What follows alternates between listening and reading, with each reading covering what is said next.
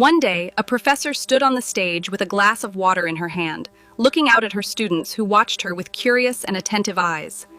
She smiled and asked, "Can anyone tell me how much this glass weighs?" Now take a moment to consider the physical properties before you provide your best estimate. Different answers came from every corner of the room today as students shouted out their estimates, saying 200 grams, 300 grams, or even 500 grams.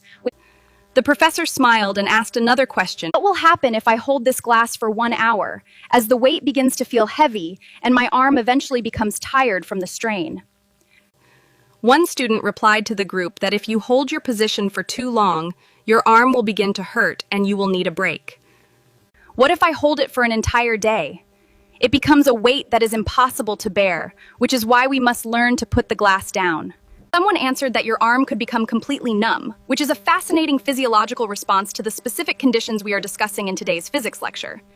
The professor gently placed the glass on the table. The weight never changed, only the time I kept holding it. This is a fundamental concept in biophysics that helps us understand how our bodies respond to stress. Problems are just like this glass. The longer you hold on to them, the heavier they feel, so it is important to know when to finally set them down. Sometimes the best solution isn't to carry the weight. It's simply to put the glass down, and I hope you all carry that wisdom forward with you.